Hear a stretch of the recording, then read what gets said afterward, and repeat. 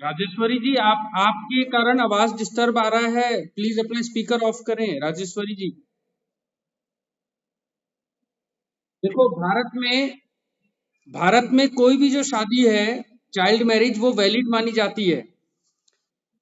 कुछ कानून है, चाइल्ड मैरिज रिस्ट्रेंट एक्ट, जिसमें अगर कोई आपकी जुरिस्डिक्शन में बच्चों की शादी करवा रहा है तो वो दंडनीय अपराध जरूर है।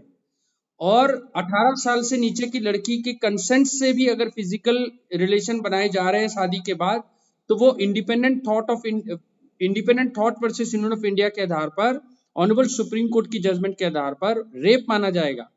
इसके बावजूद ऑनरेबल सुप्रीम कोर्ट ने ये कहा है कि ये पॉलिसी मैटर है। अगर कोई इसके बावजूद चाइल्ड मैरिज करता है तो केस अलग चलेगा, जेल अलग होगी, लेकिन शादी की जहां तक वैलिडिटी का सवाल है वो बिल्कुल वैलिड है। और अगर कोई आपके पास शादी की एंट्री के लिए आता है तो सेक्शन 8 हिंदू मैरिज एक्ट में शादी की रजिस्ट्रेशन के लिए रजिस्ट्रार के पास ही जाना पड़ता है। लेकिन ये मैंडेटरी प्रोविजन नहीं है। इसका मैंडेटरी, जहां पर सीमा वर्सेस अश्वनी की जजमेंट हिमाचल प्रदेश से ही गई थी ऑनरेबल सुप्रीम कोर्ट में, तो ऑनरेबल सुप्रीम कोर्ट ने इसको मैंडेटरी बना दिया था। यानी शादी करवाने के बाद शादी का रजिस्ट्रेशन भी मैंडेटरी है।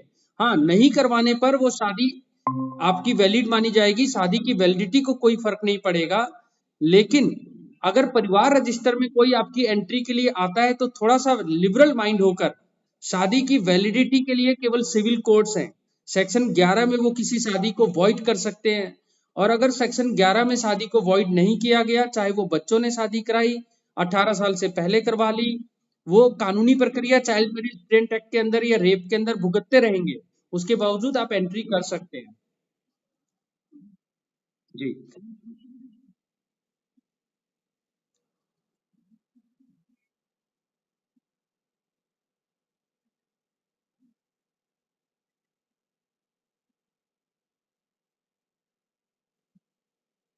जी जी, बहुत अच्छा है। जो भी इस तरह के, मैं आपको बताऊं, आप लोगों को जो डे टू डे प्रॉब्लम आता है, आप डायरेक्टली सेक्रेटरी डीएलएसए सिरमौर के चैनल को पहले सब्सक्राइब करें। हमने ऑलमोस्ट हर टॉपिक पे रिसेंट जजमेंट को आसान बनाकर वीडियो बनाए हुए हैं। जैसे मान लेते हैं, आपका नाम क्या है? रमेश जी। मान लेते हैं आप प्रधान है, ग्राम पंचायत में बैठे हैं, आपकी जुरिस्डिक्शन में देखो कोई मानसिक विकलांग भी होगा, कोई शारीरिक तौर पर विकलांग होगा, किसी को सूचना का अधिकार चाहिए, कोई आपके यहाँ नकली खाना, नकली, अभी मैं पढ़ रहा था, नशे का व्यापार बहुत ज्यादा है। अब रमेश जी, आपसे लोग पूछते होंगे कि इन सब चीजों के बारे में कानून इतना सारा है कि हम कहाँ से ऑथेंटिक खबर लें।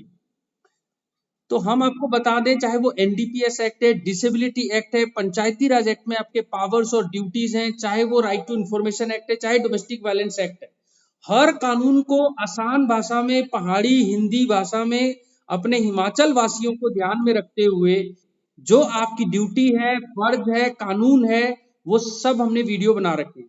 मैं आपसे चाहूंगा, चाहे अरुणा जी हैं, चाहे राजेश्वरी जी, चाहे रमेश जी, आप अपने परिवार के 5 लोगों तक तो मैं जो बात शेयर कर रहा हूँ वो शेयर करें। साथ में इस वीडियो को पंचायती राज इंस्टीट्यूशन में दिखाएं बार बार। और आप जब भी प्रॉब्लम आए, हमारा वीडियो ढूंढे उस टॉपिक पे, और उस टॉपिक पे आप वीडियो को सुने, या आप डायरेक्टली मेरे को व्हाट्सएप करें, मैसेज करें, सेक्रेटरी डीएलएसए को चिट्ठी लिखें। बहुत सारे कानून है, 638 लाख करोड़ रुपया वेलफेयर लेजिस्लेशन का पैसा है।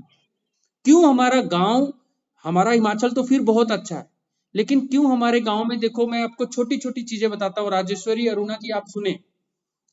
क्या आपको पता है झुग्गी झोपड़ी में रहने वाले बच्चों को, 25% बच्चों को हर अच्छे स्कूल को एडमिशन देना अनिवार्य है? क्या आपको पता है 14 साल तक के बच्चे का राइट टू एजुकेशन में फ्री अधिकार है पढ़ने का? क्या आपको पता है औरत भी मर्द को प्रताड़ित नहीं कर सकती? अगर औरत मर्द को, अपने पति को ये बोले कि तू अपने माँ बाप से अलग रहे, तो ये अलग, उसको मेंटेनेंस का राइट भी छीना जा सकता है, डिवोर्स भी मिल सकता है। यानी पति के फेवर में भी अधिकार है। क्या आपको ये पता है कि मानसिक तौर पे विकलांग अगर कोई आपके शहर में घूम रहा है तो पुलिस वाले की ड्यूटी है मजिस्ट्रेट साहब के आगे पेश करे, मजिस्ट्रेट साहब 10 दिन में उसका इलाज करवा के परमानेंटली किसी अस्पताल में भेजें। क्या आपको पता है कोई बुजुर्ग आदमी आपके शहर में है जिसके पास ना घर है, ना बच्चे, और ना पेंशन लगी हुई है, तो इसके लिए ओल्ड सिटीजन, जो हमारा सीनियर सिटीजन एक्ट है, ओल्ड पर्सन के लिए कानून है, उसमें डायरेक्ट एसडीएम साहब की ड्यूटी है ये कि उनको वो सेफ होम में पहुंचाएं। ओल्ड एज होम बना के पहुंचाएं। क्या आपको ये मालूम है कि 14 साल से नीचे के बच्चे को किसी भी पांवटा साहब हो या कोई भी मतलब आप इंडस्ट्री में लगा नहीं सकते। क्या आपको ये पता है कि 18 साल से नीचे के बच्चे, औरत किसी भी एज, किसी भी कास्ट, कितना भी अमीर हो, कितनी भी गरीब हो, जनरल कैटेगरी 3 लाख से नीचे, विकलांग, मानसिक तौर पे, शारीरिक तौर पे, इन सबको फ्री लीगल एड है, फ्री लीगल एडवाइस है। और फ्री लीगल एड का मतलब केवल वकील साहब नहीं होते, प्लीडिंग का खर्चा, अखबार में निकलवाने का खर्चा, क्रॉस करने का खर्चा, आर्गुमेंट करने का खर्चा, चंडीगढ़ से किसी को बुलाने का खर्चा, सब शामिल होता है, ये हम देते हैं।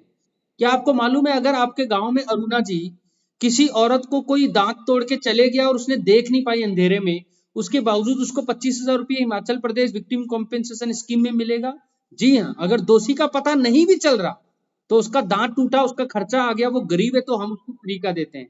क्या आपको मालूम है कोई एसिड अटैक किसी लड़की के ऊपर होता है तो प्राइवेट हॉस्पिटल वाले मना नहीं कर सकते पूरा इलाज करने से? प्राइवेट हॉस्पिटल भी अगर मना करती है तो उसको जेल भेजा जा सकता है। क्या आपको मालूम है चिल्ड्रन होम, एनजीओ, आस्था, ये जो लोग भी चलाते हैं, अगर ये रूल कंप्लायंस नहीं करते तो इनका लाइसेंस कैंसिल करके 5 लाख रुपए तक का दंड लगा सकते हैं। क्या आपको मालूम है मनरेगा में 100 दिन से लेकर मैंडेटरी है, और हिमाचल ने तो 250 दिन देने का वो किया है, नहीं देने पर बेरोजगारी भत्ता मिलेगा। इतने सारे कानून अगर हम लोग नहीं बढ़ चढ़ के हिस्सा लेंगे तो देश में 638 लाख करोड़ रुपया आयुष्मान योजना, उज्ज्वला स्कीम, हर चीज के लिए स्कीम। और मैं आपको बता दूं, अगर आपको कोई बीडीओ ऑफिस, डीसी ऑफिस अगर किसी कारणवश सूचना नहीं देता या गोलमोल जवाब देता है तो प्लीज आप हमारी मदद लें, पीएलवीज की मदद लें, पैरालीगल वॉलंटियर्स की। आपके बिहाफ से हम एप्लीकेशन देंगे। आप बिलो पॉवर्टी लाइन है, फ्री का, आपका कोई पैसा नहीं लगेगा। और अगर सूचना गोलमोल हुआ तो डिपार्टमेंटल एक्शन खुल जाएगा उस पब्लिक सर्वेंट के अगेंस्ट, 250 रुपया पर डे के हिसाब से। और एपीआई आप भी हो सकते हैं, मैं भी हूं, हमारे जेब से 25,000 रुपए तक जाएंगे अगर मैंने गोलमोल जवाब दिया। भारत इतना सुंदर देश है, अगले 25 साल में हम अपने आप को कहां देखते हैं ये डिपेंड करता है आप कितने क्वेश्चन पूछते हैं। अरुणा जी या राजेश्वरी जी, कोई और प्रधान मुझसे क्वेश्चन पूछना चाहता है? कोई आम इंसान मुझसे कोई प्रश्न पूछना चाहता है?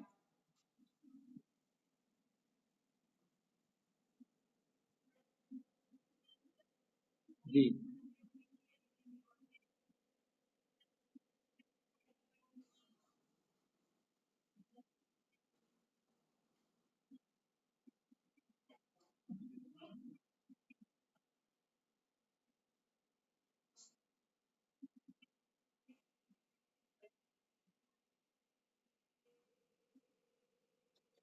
राजेश्वरी जी, बिल्कुल आपने ठीक कहा। मैं आपको बता दूं, मनरेगा हो या फिर राइट टू इंफॉर्मेशन, हर कानून में वक्त के साथ साथ इन्फ्लेशन रेट को ध्यान रखते हुए, इकोनॉमी को ध्यान रखते हुए, ये ड्यूटी पब्लिक सर्वेंट की है कि वो अपने हर साल इसको आकलन ले। और आप जो ग्राम प्रधान के लोग हैं, बीडीओ को ये तकलीफ बताएं कि अब किसी कोई क्राइटेरिया में नहीं आ रहा, महंगाई बहुत बढ़ गई है, जिसको हम डियरनेस अलाउंस पब्लिक सर्वेंट को तो मिल जाता है, ये क्राइटेरिया बार बार चेंज होता है, ये परमानेंट नहीं होता। मेरे तक आपने ये बात पहुंचाई है, मैं कोशिश करूंगा जब मेरी मीटिंग डीसी साहब से, वीडियो साहब से होती है तो उनको मैं बताऊंगा आपकी कई स्कीम। ये मैं आपको बता दूं, ये वीडियो साहब, डीसी साहब की ड्यूटी है, वो ये पता लगाएं उनके सिरमौर जिले में कितने लोग हैं जो बीपीएल कैटेगरी में आते हैं, कितने लोग हैं क्राइटेरिया में नहीं आते, और उसके लिए बदलाव लाएं। और राइट टू इंफॉर्मेशन में आपको बतौर सिटीजन ये अधिकार दिया गया है राजेश्वरी जी, कि आप ये खुद एक सूचना मांग सकते हैं कि सर आप बताएं सिरमौर जिले में कितने लोगों को आप बीपीएल का फायदा दे रहे हैं, या आपके अपने वार्ड में कितने लोगों को फायदा मिला है, और नहीं मिला तो आपका यार्डस्टिक के लिए पिछली मीटिंग आपने कब की थी कि इसको चेंज किया जाए। आप क्या आपको पता है, A to Z इंफॉर्मेशन आपको देना पड़ेगा। नहीं देने पर 250 से लेकर 25,000 उसी ऑफिसर के जेब से जाएगा। अब आप बोलोगे सर हम तो खुद प्रधान है, अगर हम ये स्टेप लेते हैं तो बीडीओ साहब हमारे से नाराज हो जाएंगे। तो मैं आपको बता दूं, ना आपको अपना नाम बताने की जरूरत है, अपना केवल एक नंबर किसी और के नंबर से।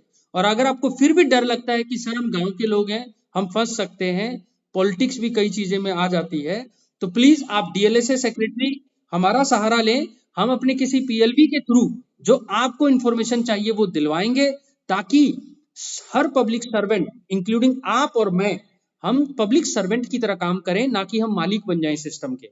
और किसी का कोई प्रश्न? जी,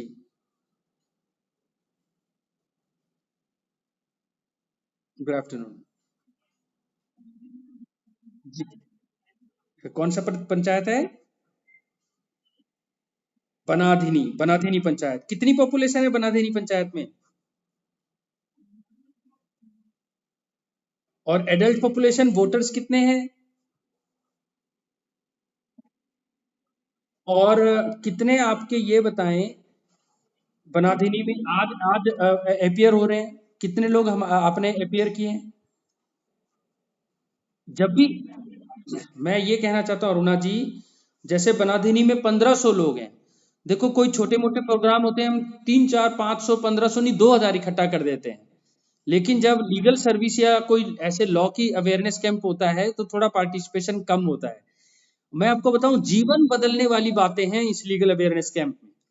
मान लो अरुणा जी, अभी आप मान लो, चलो आगे से नहीं, मैं आपसे एक्सपेक्ट करता हूं आज से ही आप इस वीडियो को, मैं ये जो बात कर रहा हूं ना, ये रिकॉर्ड हो रहा है, और ये रिकॉर्ड होते ही मैं आपको सेंड करूंगा, और ये आपने अपने गांव में वीडियो में दिखा देना है, व्हाट्सएप पे दिखा देना है, सब्सक्राइब करवाना है। यही ड्यूटी पूरी करनी है, चाहे वो राजेश्वरी जी हैं, रमेश जी हैं, अरुणा जी हैं। 5 से 50 आपने ये तय करना है कि 1500 एडल्ट पॉपुलेशन फिर अपने पूरे घर में अपनी फैमिली को भी पढ़ाएं। ठीक है? देखो सरकार बहुत पैसा खर्चा कर रही है। अच्छा, आपका प्रश्न पूछ पूछ अब आपका प्रश्न लेते हैं।